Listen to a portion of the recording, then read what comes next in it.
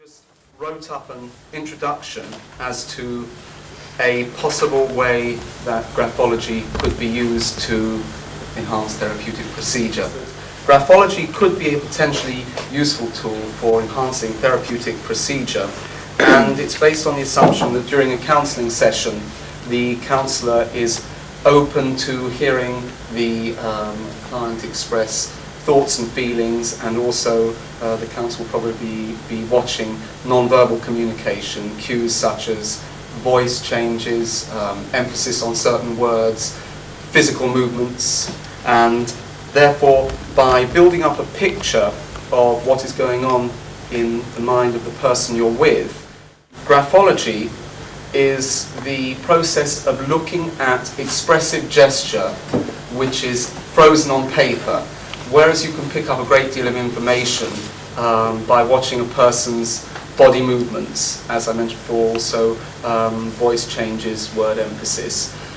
You have a very brief moment where you have a chance to pick up these cues, and some people are very intuitive and can do this remarkably well, and other people would probably need to see a video of that person to really start going deeply into the meaning of body language that the person is expressing. However, with graphology, you have the pattern of expressive gesture frozen onto paper, so you've got all the time in the world that you need to study it. Also, the time a person is writing, they are expressing what they are feeling, and they are expressing their emotions at the moment. So you have a very here and now presentation of information about another person through looking at their writing. When I have on a few occasions been asked to go fairly deeply into a person's personality whilst looking at their writing, I found that the moment I start expressing information that could not normally have been known without that person telling me, then it tends to have an effect of giving them confidence to open up. And I feel maybe that if you let someone know that you are in tune with where they are at the moment, it could possibly give them more incentive to trust you and feel that you're empathizing with their situation. I mean, that's a suggestion, and then it will encourage them maybe to open up themselves further. So possibly using handwriting analysis, you may be able to encourage people to express information that may have taken far longer for them to get to. Graphology is believed to go back maybe 1,000 years. There's statements attributed to Aristotle where he believed there was a very close connection between a human being's personality and their writing. Also, various people, authors in the past, have been amateur graphologists, people like Edgar Allan Poe and apparently Baudelaire, and also Robert Browning, and Goethe also had quite a strong interest in graphology. So there's been an amateur interest through the centuries, but it wasn't until about 1622, shortly after the advent of the printing press, that a scholar, an Italian scholar, he was also a doctor at the age of 22, and he was called Camille Baldo. He wrote the first real treatise on graphology, which had been put together in a serious manner. But it wasn't until about a century and a half later that a priest called Abbé Michon and a group of other priests put together a very systematic approach to graphology. Now, the reason why graphology hasn't had so much research done as possibly some other areas such as physics and chemistry is because it's dealing with handwriting.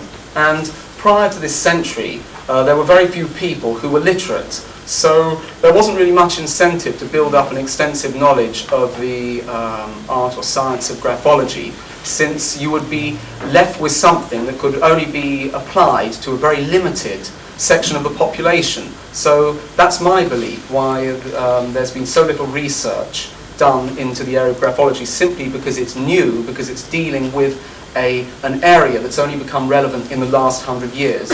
I can't really argue that there has been a great deal of research, and certainly there needs to be a lot of research done before it's widely accepted.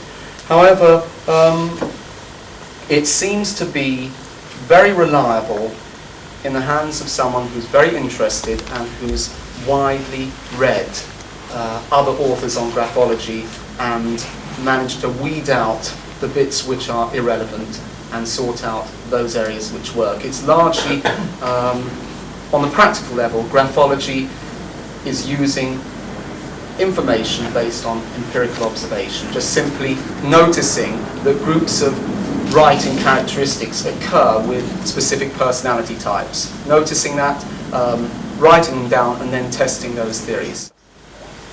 Okay, in graphology, one of the fundamental concepts is that handwriting can be divided into 3 zones. This area here is called the upper zone. This area here is called the middle zone, and this is called the lower zone. And what graphologists have observed is that depending on the zone that a particular feature occurs, you have an indication as to the area of life that is that you can derive information from. Okay, so for instance, this lower zone is concerned with information concerning a person's physical stamina. It shows material drives, it shows sexual interests and sexual stamina, and it shows subconscious aggressions. It's actually the area of writing which is dealing with the instinctive, subconscious and physical domain of a human being's life. This middle zone gives out information about a person's emotions, and it also indicates how someone conducts themselves in social situations. The upper zone is dealing with abstract thoughts, it's dealing with how far the person's mind is reaching upwards into the zone of intellect. You often see people who are highly religious with very extended upper zones. It's penetrating into the unknown area above. And then you have directional tendencies. The right, amongst other things, represents father image. It represents future. It represents leadership drives. It represents going outwards into the environment towards people. It represents extroversion. The left is concerned with pulling back to the past. It gives out information about the relationships a person may have had with their mother or a maternal figure. And it also gives information about how much introversion there is in the personality, how much the emotions are being pulled in towards the self rather than reflected outwards into the environment. For instance, okay, we'll go here. Say you have a writing that is leaning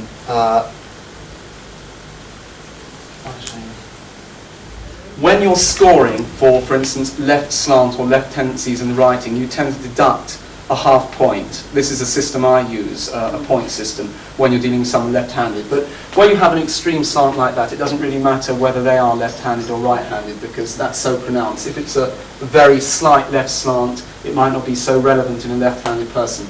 But you asked about directional tendencies. This writing is leaning to the left side of the paper. And if you take the middle zone here, that middle zone is leaning left.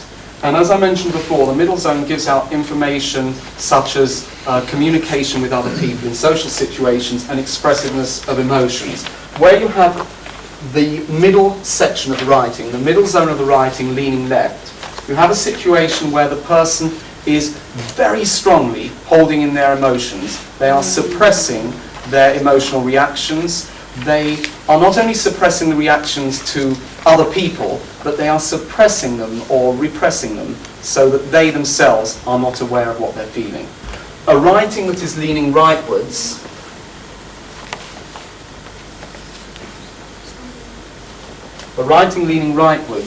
is the opposite side, where the emotions are being projected to the environment. People with a heavily right-slanted writing are very emotional, and they're expressing their emotions. People with a very left-slanted writing may be very emotional, and often are very emotional, but they're suppressing their reactions. So where you're dealing with someone who has a right-slanted writing, you are going to be fairly sure that you're seeing a large portion of what they are feeling at an emotional level. Where you're dealing with a person who has a left-slanted writing, and I think this is a very good question because it comes to, in a situation where you're giving counselling, if you come across an extremely left-slanted writing, you know that it's going to be difficult to encourage them to express what they're really feeling, and they are going to have difficulty touching those feelings. And I think if you did see that, that would be a single factor which could possibly direct you to taking a different angle in the process of counselling. I mean, there you have a situation where you're going to find it very difficult to build up a relationship of trust between the client and the therapist. So where the writing's slanting right, that's not going to be much of a problem. Here you're dealing with emotions that may sometimes be too outwardly expressed, and you can end up with someone who can become easily offended and react in a very emphatic manner should you upset them. Let's jump to something else. There's different shapes in the way writing is connected, and these can roughly be divided into shapes like that, which are flowing wave-like shapes. They call them garlands. I think I'll steer away from graphological terminology because it's confusing at the moment. Then you have shapes like this, which are jagged and angular. Then you have shapes which are like arches, like monastic arches. And then you have a sort of thready formation, which you often see in the handwriting of doctors. This formation occurs when people, this is another useful point I think, if you see a writing where you see this thready formation where the letters have degenerated into a state where you can barely read them, this can give you a number of clues. I mean, number one, that person is really putting themselves under a lot of pressure. They have this constant inner feeling that they should hurry. They have the constant inner feeling they are not going to be able to cope with their situation unless they stress themselves enormously. This is a sign often, I mean, I'm generalizing because when you look at a handwriting sample, number one, if you really want to do it right, you've got to spend about an hour, because certain characteristics you see can be offset by other characteristics. So there's a certain amount of generalization, but this particular thing I'm saying now will largely be accurate. When you see that formation, what you're dealing with someone who's an overworker or a potential overworker. Now, why they're like that, you know, maybe other factors in the writing could give you an indication. So someone with this trait needs to slow down, and they're putting their psychological and physical health under pressure. I mean, there's no doubt about that one. Now, where you see a very angular writing, you're dealing with a human being who expresses their energy in an aggressive, forceful manner. Probably someone who is harbouring a lot of maybe subconscious resentment, or they've built up. This is a sign of a person whose survival response is really, really active, but in a different way from this one. This is almost a person who's driven by fear. This is a person who's driven by a desire more for overcoming their environment in an assertive, forceful manner. Now, taking this point here, if you see formations such as that occurring, what you have is an angular formation occurring in the lower zone, because this G, is this getting a bit of a muddle now? No, it's fine. Okay, look, the G goes there and then it extends down. So that is occurring in the lower zone. As I mentioned before, what you can learn about from a lower zone of writing is instincts and subconscious drives, and also physical stamina and sexual behaviour and various other things. where you see this angularity occurring in this lower zone, you're dealing with aggressive impulses that the person may be completely unaware of. In other words, you could find this formation occurring in a writing which is very smooth and flowing. I haven't mentioned about this. I should have done that first. Where you see writing that's very smooth and flowing with a garlanded formation, you're dealing with a person who essentially wants to communicate in a passive, easygoing manner with his environment, whatever his subconscious feelings are. And this is a person who, it's called a garlanded formation, and it shows someone who basically wants to travel through life as smoothly as possible. However, you can get that sort of basic writing formation with something like this occurring. Now, in that situation, the person will not see themselves as being even slightly aggressive. They will feel they are a very passive, easygoing person. However, this is a strong indication of subconsciously repressed hostility, and often seems to correlate with someone who's had a background where they had a parent, one or both parents, who were extremely domineering and forceful and suppress the natural development of that person's personality. The consequence of that is that in a relationship situation, this formation tends to produce someone who can be somewhat overbearing and possibly even tyrannical in their communication with a partner. And also, they won't see themselves as like that. They will see their behaviour as benevolent guidance, whereas the partner will experience it as domestic tyranny. Now, the information I'm going to give you is possibly, to be treated as a guideline, and you would, if you had that information, for instance, in a counselling situation, that plus your own intuitive feelings and the information that has arisen from the counselling sessions will let you know how much of this is liable to be accurate. But I've written here, when this graphological sign appears in someone's writing, it is likely the person came from a childhood family environment which was ruled by a strong-willed, domineering mother. If he ends up having a family of his own, he will attempt to gain control over it in a similar forceful way, and will become easily frustrated and irritable if his position of power is questioned. He is pedantic and usually places excessively high demands on his spouse and offspring.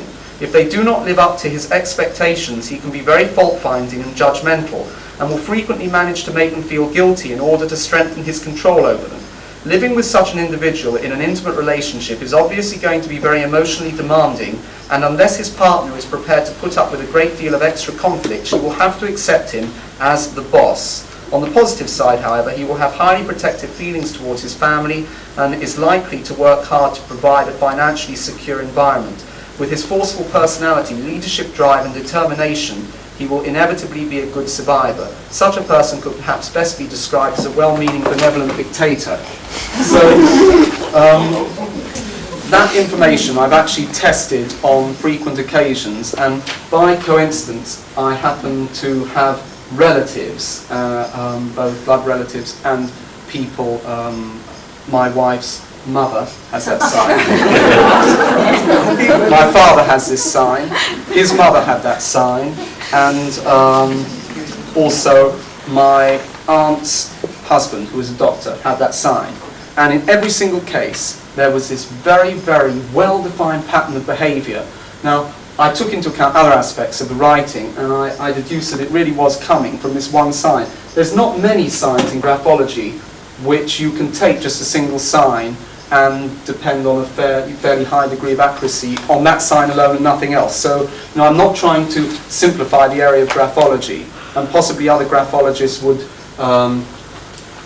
maybe be offended at the sort of simplification I made, but this really does seem to happen. What you're basically saying, as I heard it, is if someone is copying a particular writing style, can you rely on that sample of writing as an accurate picture of who they really are?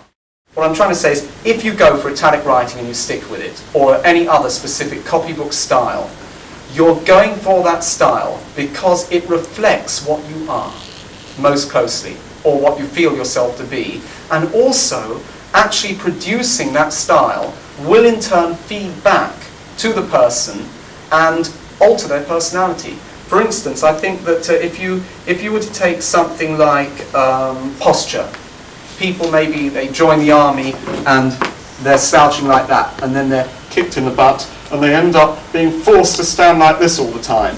Well, that posture, although it can be a natural reflection of a state of mind, will also produce a state of mind of which it is a natural reflection. Do you see what I mean? So, you know, it works both ways, and a person won't adopt a particular... People write patterns on paper that they feel comfortable with. If they don't feel comfortable with it, they won't write that way. Now, why do they feel comfortable with it? Because somewhere along the line it synchronizes with the personality tendencies. In their you know, way of being. See, a way I've often thought of writing, I hadn't seen other people talk of it this way, but I think the simplest way of understanding it, for the purpose of giving people an opportunity to look at writing and derive information from it without bothering to read any graphology books, is writing is a pattern of energy on paper. And it's a pattern of energy of that person's energy as it is at the moment. Other writing, Freud's writing, has an element which in graphology is called pastosity, which put very simply means excessive ink flow. And where you have that excessive ink flow and darkened appearance to the writing, you're dealing with someone who is ruled by the instinctive forces of nature very, very strongly. And it's interesting because I've always meant to look into this area more deeply, because you notice that Napoleon has writing which is enormously pastos. Hitler has writing like that. Jesse Jackson out in the States has writing like that. One of the Kennedys, I can't remember which one, has writing like that. And you find a lot of people who achieve the very top of their particular ambitions, who achieve a high level of power in whatever area, whether it's academic, political, or you know, as I said, whatever area, because they're ruled by subconscious drives, and they're ruled by their instinct, and they're ruled by their emotions, and they have a raw physical energy that is motivating them. I would reckon that here we're dealing with some personality characteristic, if you can call it that, that is genetic, more than environmental. I think that it will probably be found that people are born with the sort of tendencies associated with Pasto's writing. Can't be certain on that. I was wondering whether Eustachian not only had to use this sort of writing, yes, but if you had that trait as well. No. I don't know Mrs. Thatcher's writing I'd be very interested. But what she does have is a characteristic. I mean, as I said, I only have it vaguely in my memory, but I remember she has. She does a certain T formation where the T's are floating at the top and they are curved downwards. I mentioned that the upper zone is speaking about the forces of the intellect, and it is the area of the thinking mind. Well, where you have a curving down, you have a person who's trying to exert a great deal of self-control over herself, and also the strokes of the horizontal in writing, and specifically you can see that on T-bars, represent a person's will and ambition. And in the case where you have a T-bar, which is floating above the stem, you have a situation where the person has almost excessive ambition and desire to achieve, well, a high level of power, really, in their life. So also there's other traits of daydreaming associated with it, and potentially absent-mindedness. So I mean, I think I think she's the queen, doesn't she? well, I think yes, I think she's got shows possibly power, urge, excessive ambition, and daydreaming tendencies, which is probably why she thought the poll tax was a good idea. You said other places like... in the second paragraph. Yes, you said the H in hope on the second paragraph, and also you mentioned something else? Yeah, friendly on the first line. The hook on the top of the F, for instance, and the hook on the top of the H. He's got all the I, E, and G, but it's sort of separated like in hope as well, isn't it? I mean, they're not finished. Yes. Well, what I see, first of all, if you look at the word friend, there's a couple of things that come to mind. Number one is where you see hooks in the writing, you have a grasping quality. I mean, it's literally trying to hook something. Depending on the zone it occurs, if it occurs in the lower zone, it could mean hooking material possessions. If it occurs in this upper zone, it could mean trying to hook onto knowledge in the area of intellect, a delving in and a grasping and a holding onto as a means of compensating insecurities. So where you have hooks in the writing, in the lower area of the writing, the lower zone, that can, in certain situations, indicate an attempt to compensate inner feelings of insecurity by hooking onto material possessions. Where you have the hook in the upper zone, it's compensating feelings of insecurity by hooking onto knowledge. Where you have a hook in this middle area of writing, someone may start, let's say they may start an A, like that. That could well be hooking onto elements from their past to do with family, the dependency on family. It could also mean, on the right side of a writing, it could mean hooking onto friends. And it is one of the traits that occurs when you're looking for jealousy tendencies, but you can't take that by itself. For instance, if you see a writing that's really strongly right-slanted, well, even more so than that, with plenty hooks, there's a strong indication that the person has experiences more feelings of jealousy than the average person. But so here I would say on that word friend, there's a hooking onto knowledge. Also the word is separated after the FRI. There's a strong separation which shows suddenly a burst of intuition, that would be my interpretation, coming in from somewhere. And it's raised, the END is lifting up, which I would have said, I mean, I don't know actually anything about the life of Alfred Adler, but if I saw this in someone's writing, I would think possibly a tendency to lose hold on reality, I would have said.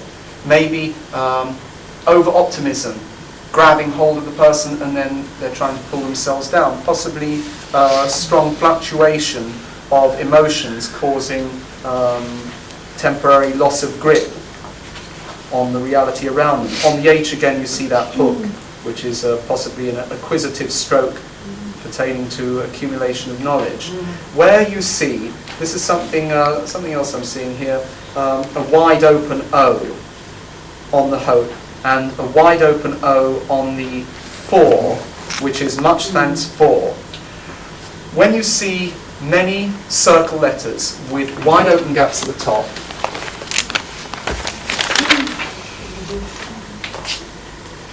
that shows a very, very strong desire to express themselves through speech.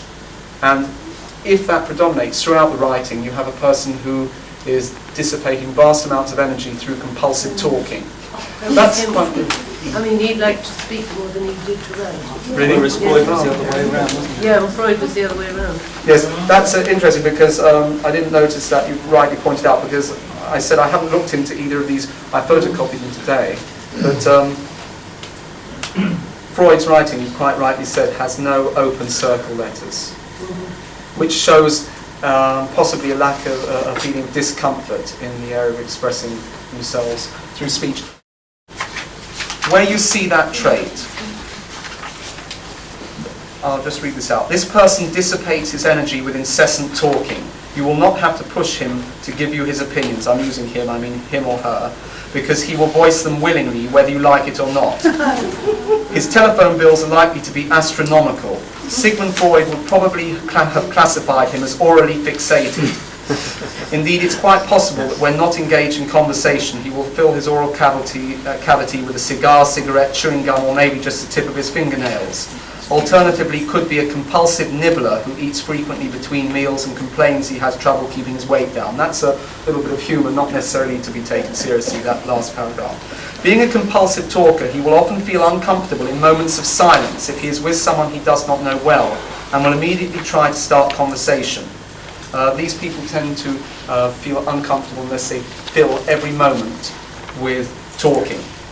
By talking too much, he is unable to reach a deep level of connection with those around him, as he is forcing communication to remain at the superficial level of the intellect and blocking the opportunity for expressing and receiving more heartfelt feelings that occur at deeper levels of human interaction. In other words, his manner of communication is a barrier which keeps others at arm's length.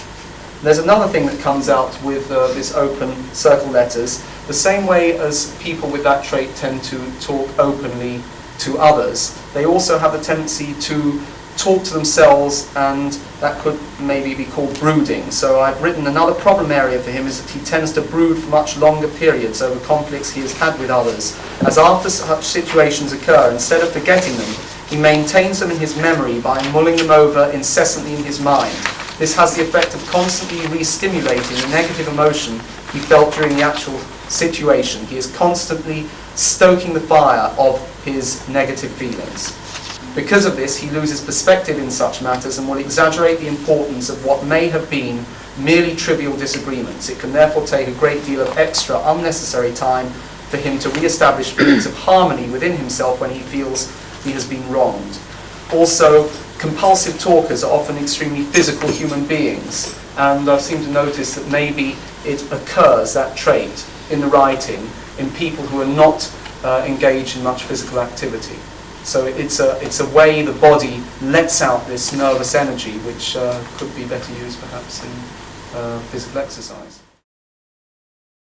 Where you see arch formations in the writing, a person who, for instance, produce their M's like that, and also you may see,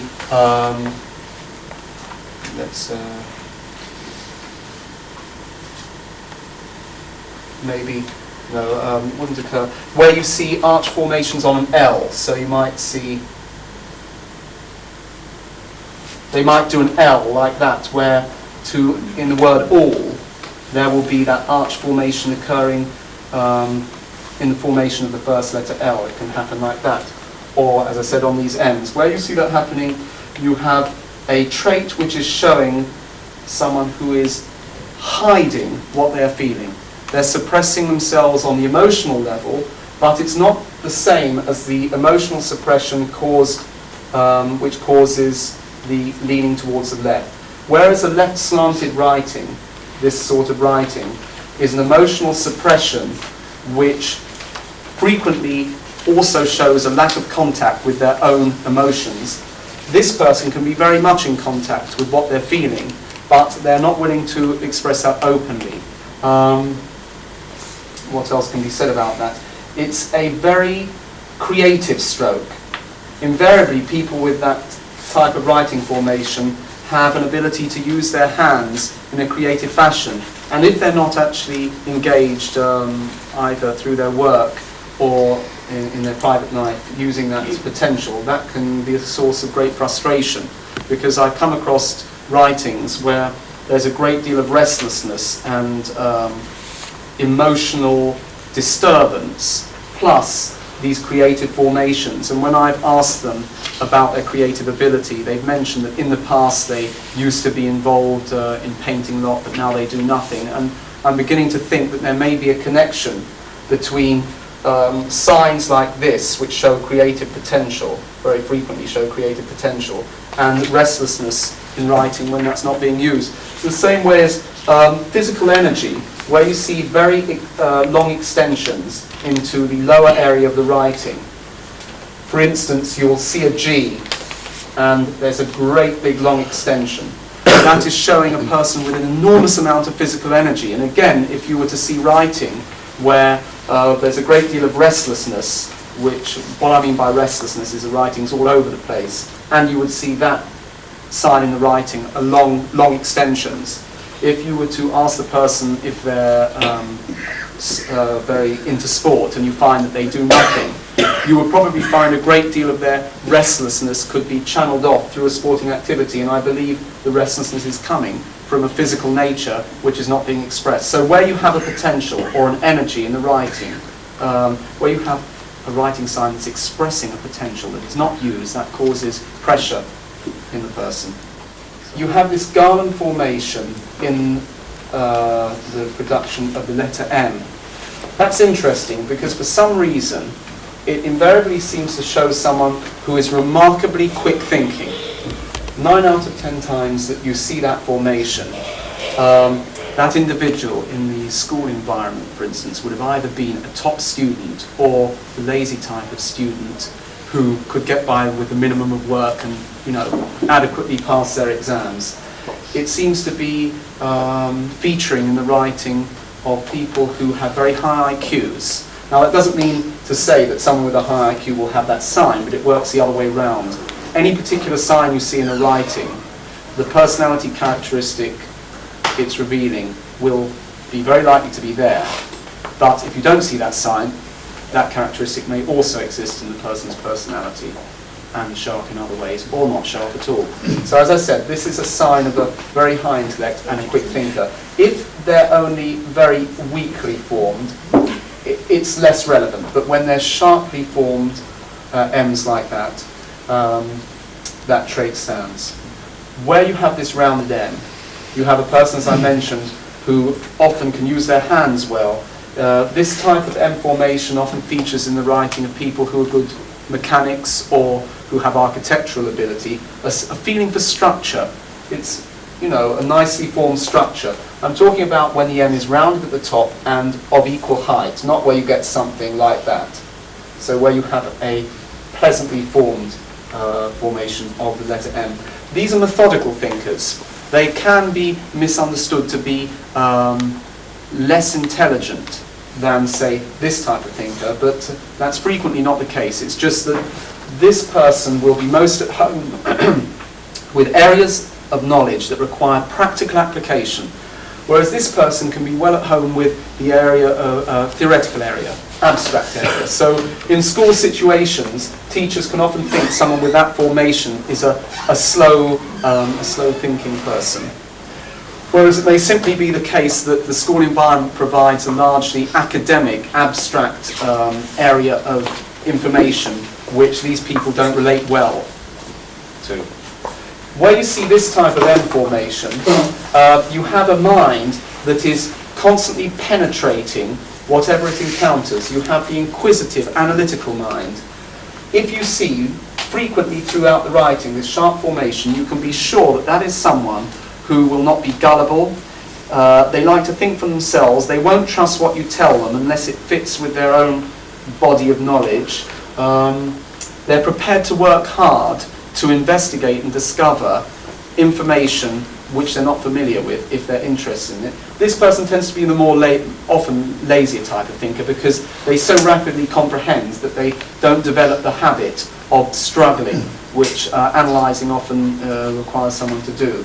So this is the analytical formation of the M, showing a very strongly analytical mind. You often find a mixture of all these three types of formations, and there you have a flexible mind, which I am hazarding a guess indicates fairly equal activity of right and left hemispheres of the mind. A mind which feels comfortable with both the arts and the sciences, and on quite a number of occasions where I've seen a combination of these letter formations and questioned the person about their academic life at school, they've been someone who felt equally comfortable with both the arts and sciences.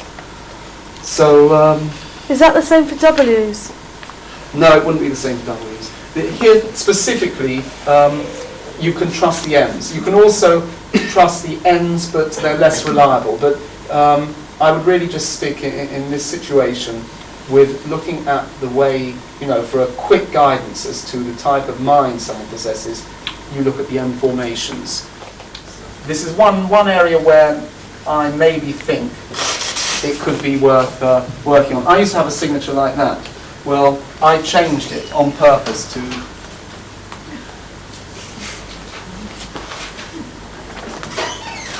like that. What did your bank manager think?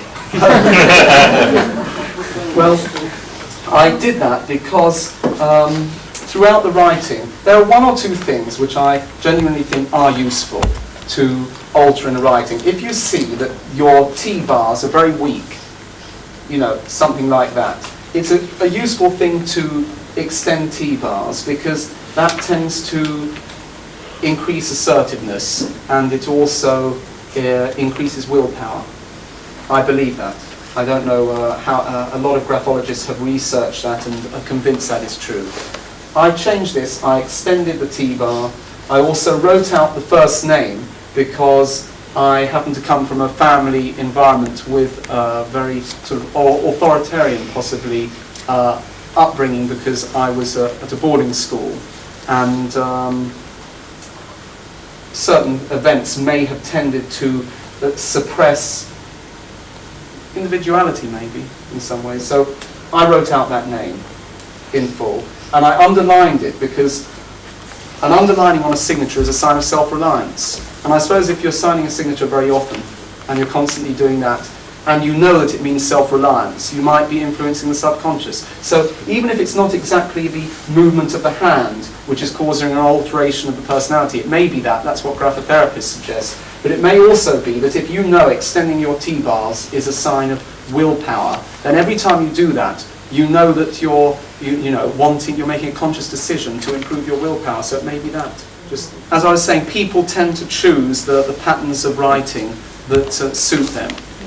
So I'm just going to do a few more signs on this board of things that occur that you can see on their own without looking at other aspects which can be fairly reliable.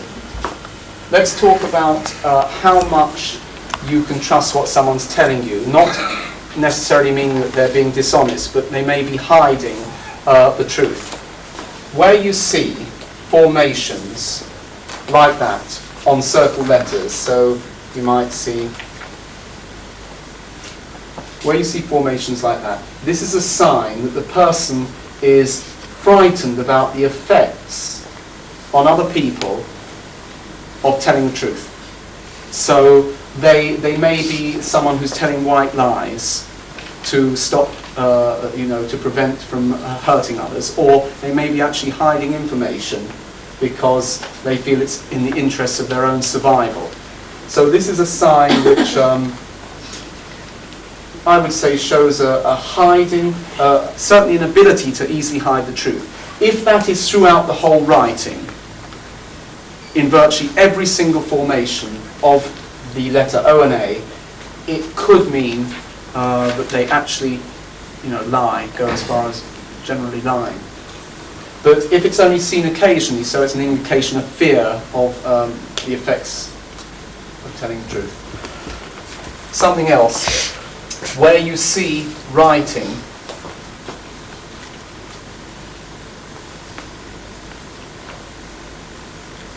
with very marked club-shaped formations.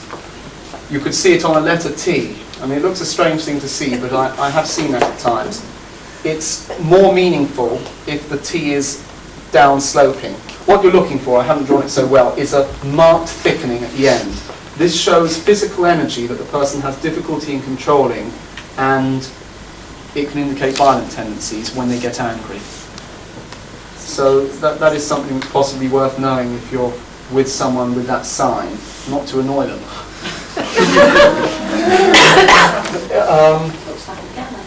Here, this is, I think, possibly a useful thing to know. Where you see an M formation, where there's a very distinct raising of the second portion, it shows a marked self-consciousness. Someone with that trait is overly concerned with the effect that they're having on others and the opinions others have of them. So it's a self-consciousness trait that indicates, the personality is being moulded by the reactions of those around them. Here we have another important sign. A D with a large looping formation. Now when I say large, everything's in ratio to, everything is a question of size ratio. If you see a sign, a D like that, that is less significant than if you see the same size thickness on a D with a small oval portion. So what we're talking about is, simplest way is, does it look big? Does this look like a big looped stem? Where you see that, you have a very marked hypersensitivity to criticism. And this is always right, every single time. I'm only picking on traits that you can just see on their own. This is right every single time I've ever come across that. That shows a very hypersensitive nature. Also, interestingly enough, possibly as a result of being hypersensitive, they have developed the ability, when they so choose, to establish rapport with other people very speedily. They have the capacity to empathize with other human beings. The suffering, perhaps, that they've experienced through being hurt by other people's comments could have developed this empathy in them, or maybe they're born with it. I don't know. That's just an idea.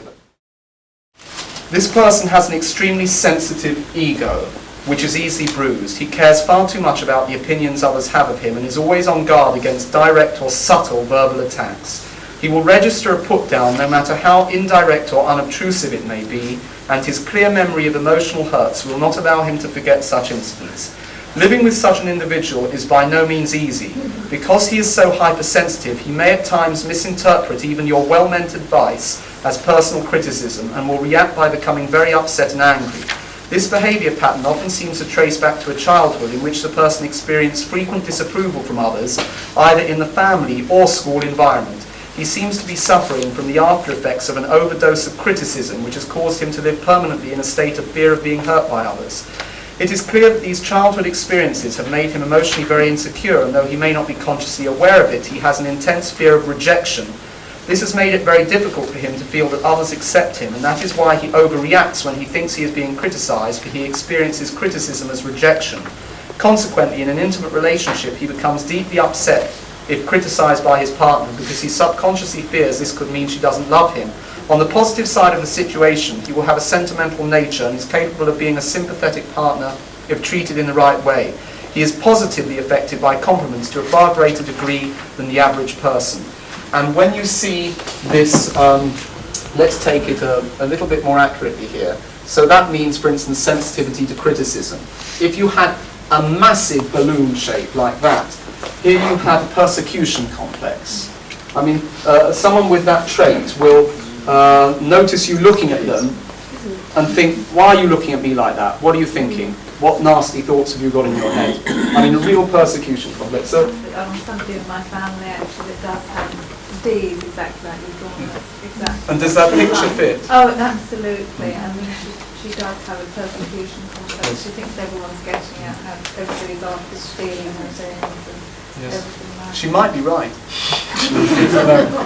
I'm half joking there, but people with that sign are remarkably perceptive of, certainly, I said they've got ability to empathise, but they're certainly remarkably perceptive of whether other people are putting them down. So, whereas they may imagine put-downs, they'll always notice if one is there. And since they're more sensitive than other people, to other people, they can say, hey, you're imagining it. That person didn't mean anything. And the person who's saying that says it because they maybe haven't got such a remarkable sensitivity to what's going on. I mean, someone with that trait will really just pick up the vibration of a put-down. As I said, it can go wrong, and I think it's more liable to be trusted in a writing which has a very balanced, rhythmic appearance than in a writing which is chaotic and all over the place. So then you see that trait, you're dealing with a persecution complex and liable to be someone who really misjudges other people's intentions. What about a D, which is loop, doesn't close? You mean like this? Yeah, yeah. Well, that's an interesting sign because, again, this happens to be quite reliable, but how useful it is, I don't know. It regularly means someone who has strong literary inclinations and a love of books and reading and literature and culture. And the same goes, you see these two traits together. Let's throw in that one, a G like that. I mean, you've got someone with an absolute love of culture, love of reading, a love of beauty. And if they're not expressing, they will invariably have a lot of artistic potentials. And if they don't express them, they will, if you like, sublimate that desire by really enjoying other people's artistic achievements. So, no, these are what are called cultural letter forms. As I said before, if you see those, the trait is likely to exist. But if you don't see those, it doesn't mean that, the trait can still exist. So it doesn't mean that someone with these signs is more cultured than someone without them. But you can certainly be sure that, you can be pretty certain that that bundle of information connected with these signs exist if you see them there. Where you see T's, where, hang on, can't do that. Can't really do that here, where the bar is quite long and very, very sharp and thin at the end. That is a trait of sarcasm and means not necessarily that you have a sarcastic person, but if you upset a person with that trait, they will react by becoming sarcastic. It also shows a strong ability to use words to express themselves. They know how to, literary ability, potential literary ability. If you concentrate on that particular sample of writing for the moment and let your intuition run, rather than taking into account any of the small amount of information I'm giving you, just give your intuitive reaction to the writing without being frightened of getting anything wrong, because if you give free rein, you'll be quite surprised. Okay. Well, we said it was definitely had more energy. Looking at the writing, it seems to be quite definite. The person seems to be quite definite in what they want to say, even though we said it was a little bit compressed. Yes. But we said it would also look like writing of an intellectual who was sort of like expressing emotions, really. Yes.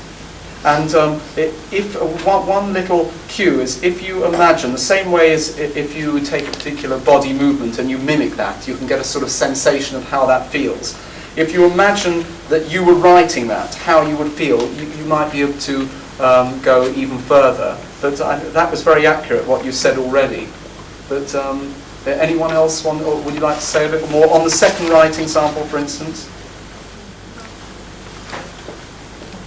I got a feeling from the second one that it was probably quite an intellectual person. Yes, correct. And I was very interested, we were very interested in the I bit. Yes. So we thought that there was probably quite a bit of self-worth, Yes. or else compensation. Yes. Some sort of arrogant bit. The unfinished bits are interesting because there are lots of unfinished bits of hope and things like that, and find and not quite finishing. So it's almost as if the person's brain works ahead of the writing. So it's very quick-witted, but sort of proud person. Yes. I'll tell you in a minute who they are. I also suspect that the bottom letter is not English. It's a foreigner writing It's English. foreigner. Yes. German? Yes. Correct. Anyone else want to just give free rein? Say if we take the first, this writing sample, the one in blacker ink, and anyone want to really sort of just let their mind run wild there? And I'm glad it's not a friend of mine. I can't read that. I get the feeling they're trying to say too much. It's a bit like what you're saying about the doctor's prescription writing. Yes. Just trying to push themselves forward and whatever. Yeah. Even if they're 10 pages, they still didn't say what they wanted to say. And what about the emotional nature? Sort of urgency, there's no sense of urgency. And what about physical? Erratic, I think, too. And what about the area of physical information, possibly in the lower zone? Well, there's astonishing things like these ends. About 6 lines from the bottom, there's an N that starts a word, capital N, that actually begins almost in the next line. It starts off so, and there seems to be a lot of drifting downwards. Do you remember I said downwards movement is representing subconscious? It's the subconscious zone. So the further the extension goes, the deeper into the subconscious. Right. And that contrasts with these same letters, which actually are amazingly well-rounded at the top. Yes.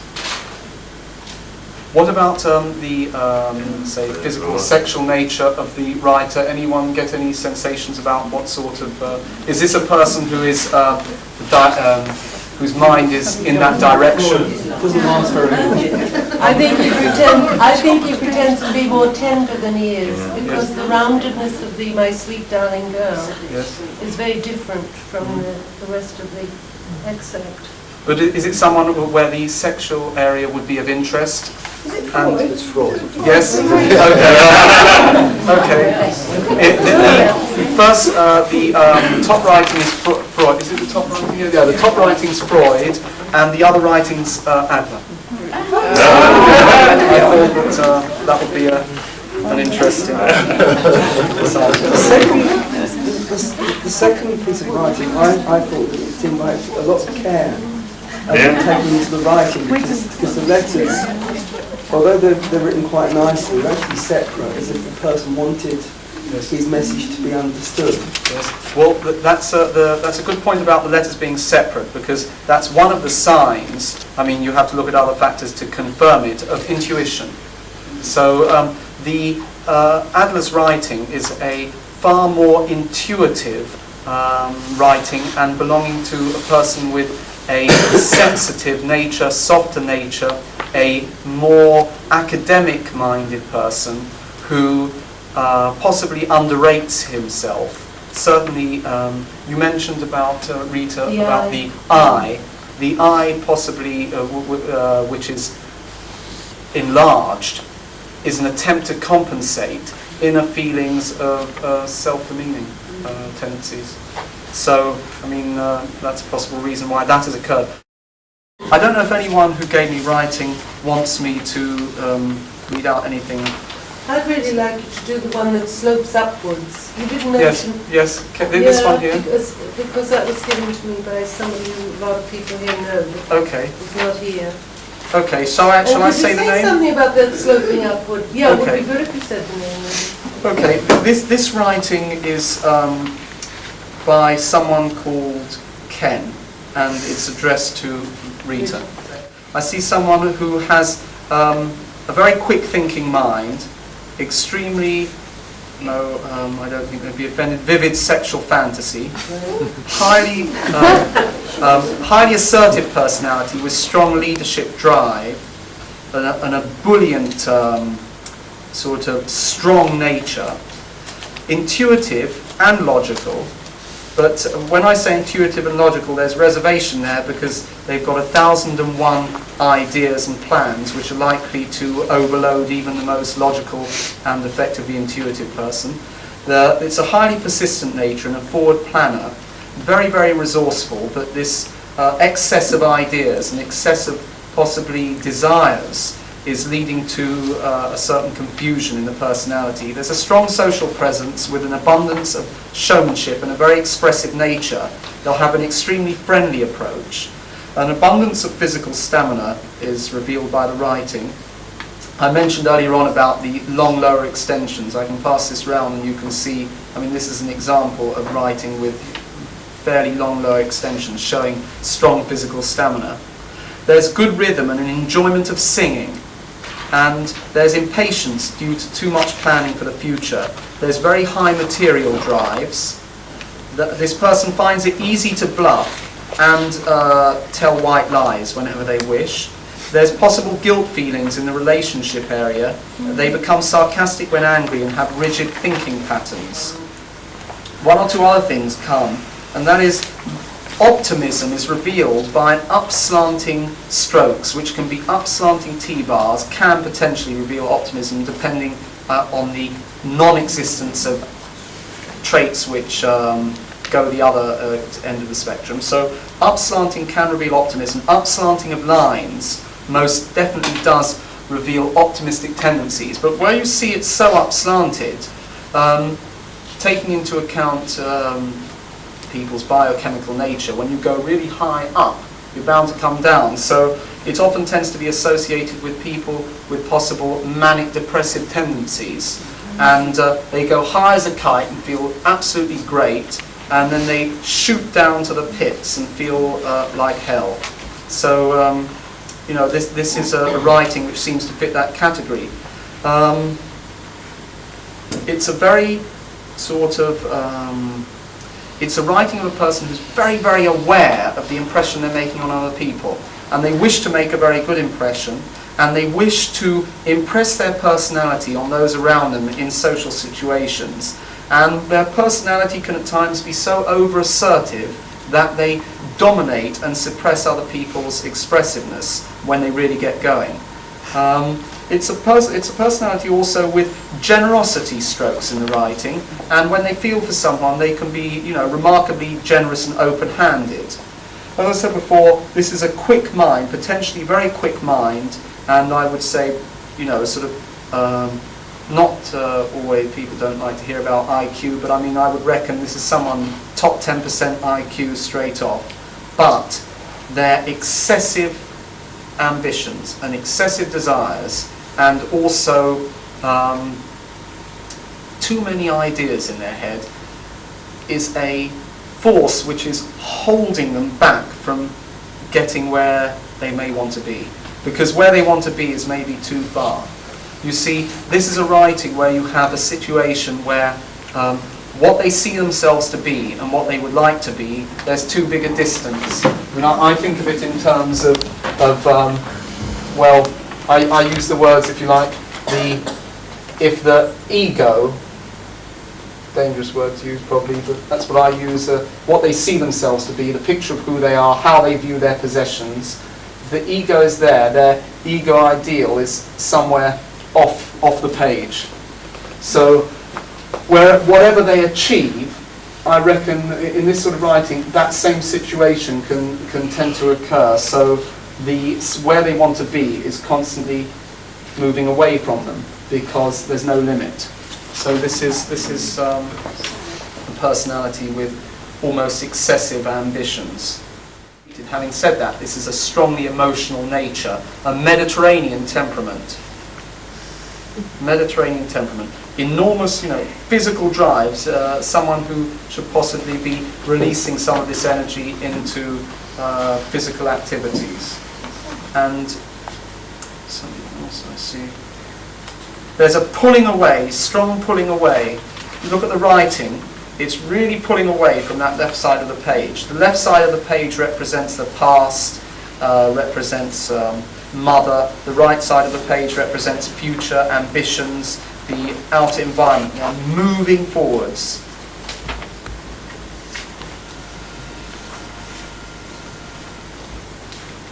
This is an artistic handwriting as well. I mean, I get the feeling of someone who's, maybe a love of dance or something like that. It's absolutely brilliant. That is amazing. So many of us know him here, and he lives in Cumbria. He was a dancer, he was an artist, he's now a smallholder, was really torn in two on Saturday because there was a fence to build, but there was also his filing to be done for all the counselling and workshops he's going to be doing. And he said, I felt great achievement, Rita, with the fence, but oh my God, the anxiety about that paperwork. And so he's got these two sides of needing the physical energy and still wanting everything. So he doesn't use his, he doesn't do anything physical anymore? Really? Oh yes, he does. He's a small holder, so he does. But he's got the two bits going on at the same time. Sorry, I when you said small holder, I didn't connect. Yeah, and he's a late developer in the counselling field, so it's all moving. Everything he says. But the generous nature, did you feel that? Yeah, it's absolutely. Oh, this is someone who feels strongly for people. When it slopes downward, is that pessimism as opposed to optimism? Well, it can be. I mean, the whole of the line. When you get tired, your arm slips downwards, so it can mean just either temporary physical fatigue, or it can mean an ongoing illness which is draining physical vitality, or if you know for certain that the person is not ill and that they are, for instance, if there's signs in the writing of strong physical vitality, which you could determine, for instance, if you saw a writing where you feel heavy pressure, you can feel the writing through the page, and if you've got this long extensions downwards, which is physical nature, and you had sloping downwards, then that's pessimism. And it could be, I mean, if it really shot down the page, even self-destructive tendencies with no limit. So you've got to be certain, though, that it's not fatigue or physical illness with sloping, when the lines are sloping down. But I think that's a good, something that could be a cue if someone comes to you and you notice their writing slopes down, and it doesn't usually, and they're not ill, they could be going through a really bad pessimistic time. Because if that's not your normal way of writing, and you really have a marked slope on the lines downwards, that usually means, a marked pessimism. Are there any other areas of personality that you'd like to When I was first taught to write, I was taught copper-plated writing. And then I went to another school, and they didn't allow me to do that. And they made me do sort of italic writing. And they forced me to sit there and learn to do this writing. Yes. And I don't like that at all. I don't think it's italic writing is not my thing. Now, because I was so indoctrinated with this, when I'm not thinking, or when I'm sort of writing quickly, you know, because I've got exams and things, my writing tends to be much more sort of italic-y and babyish and not joined up and not loopy and things. When I sit down and write the way I want to write, if I'm sort of thinking I want to express my personality, it's much more like what I was taught originally. It's much more loopy, much more sort of flowing and that. So what would you make of that? I mean, which is the one that we need? It's totally different. Yes, well, my interpretation, if there's anyone here whose writing changes remarkably, I mean, you would say there's remarkable changes in the appearance. Are there any other people here whose, and would you say your writing changes so much that someone looking at it would think it's two different people? Because, pardon? Oh, no, not on the same page. Not necessarily on the same page, but at different times. Yes. Yeah. Well, because I've got that same characteristic as well, and so I think I know what's going on there. What I think is that when that happens, this is showing a personality which has not solidified. If you think like a jelly that hasn't set properly, some people, it's a bad analogy, but it just came to my mind, have personalities which are like a jelly that is fully set. And you look at the writing when they're 15. My brother, for instance, has a personality which is very well defined. That's a better way of putting it. At the age of 12 or 13, his writing was remarkably similar to the way it is now. And he has behaviour patterns and ethics and morals which have remained consistent throughout his life. Whereas other people, like you who have writing that changes, have a personality which hasn't necessarily moulded in any one particular way. That sort of personality is more open to change, maybe. And also, it's the good side and the bad side. Is the good side is open to change and can go in positive directions. But the other side is that because you're not enclosing yourself in one particular way of behaviour, you're more affected by your environment. So you're more susceptible to changes in environment than someone with a well-defined, what I'd call a well-defined personality. So if you like, you adapt to your situation. I don't necessarily mean positively adapt, but you change with the situation you're in. The personality is maybe hypersensitive to people and changes in situations. Would you say that would apply or not? Yeah. It does. The circle on the top of an eye can mean varying things depending on the situation. It could mean someone, for instance, who has no artistic ability but feels a lack of it and wants to impress to themselves or to others that they are that way inclined, or just would like to be that way and doesn't even try to impress on others. It could be a desire simply for being different, for being seen as an individual rather than with the rest of people. Or it could show it's a creative side. You see that in the writing of people with genuinely strong artistic ability, and that seems to occur. So that's something that you cannot be certain of. I've had a particular handicap which I've worked through in my life, and my handwriting, I was paralysed for a time in the right hand, and it was a question of whether you use the left hand or the right hand, and I was encouraged to use the right hand, but it was very laboured to begin with. Yes. And I don't know what, apart from writing fairly slowly. Yes. What other effects it would have? You mean on the analysis of the writing? Yeah. Well, I would think that would have... and whether there's a pronounced way of looking at handicapped people who pick out certain traits and things. Well, straight away. Some graphologists, but in fact a lot of graphologists say, we've got to stop some, but a lot of graphologists say that it is not a question of what you're writing with or what physical ailments you've had, and that they cite situations where someone who has lost the use of their hands and writes with their mouth or their foot produces writing which reveals their personality accurately. I don't believe that. I mean, I've never seen the truth of that.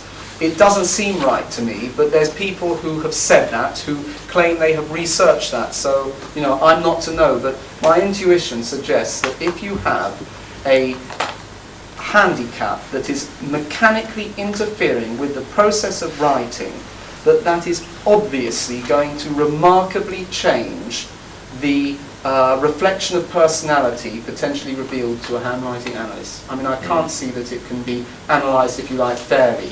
Well, I think the most dominant characteristic of my handwriting is irregularity. Irregularity. I'll just come to that. But for instance, that point there, if you do it like, if you do M's like that, and then you get a physical handicap, there's no way that M is going to be produced. Now, many graphologists seeing that, as I said, would clue into the high intelligence. So that particular feature would automatically disappear. Now, you talked about maybe tremors in the writing and an irregularity. Again, in a person with absolutely normal use of their hands, tremor, well, let's leave out tremors because that can mean physical illness. It can be the writing when people get to maybe 90 years old. They're invariably going to have tremors associated with diminishing vitality. So the tremors are a tricky thing to deal with. Parkinson's disease obviously produces tremors. However, where you have mechanical interference, you will get tremors. And you'll also get an irregularity, and that will not, you will not be able to say, looking at the handwriting, that is due to conflicting motions or whatever. So you're quite right in assuming, as I think you did, that a mechanical problem with the hand will interfere with writing so much that it renders analysis virtually impossible. Well, what we want to say, I'm sure all of us to you, Michael, is thank you very much indeed for a fascinating evening.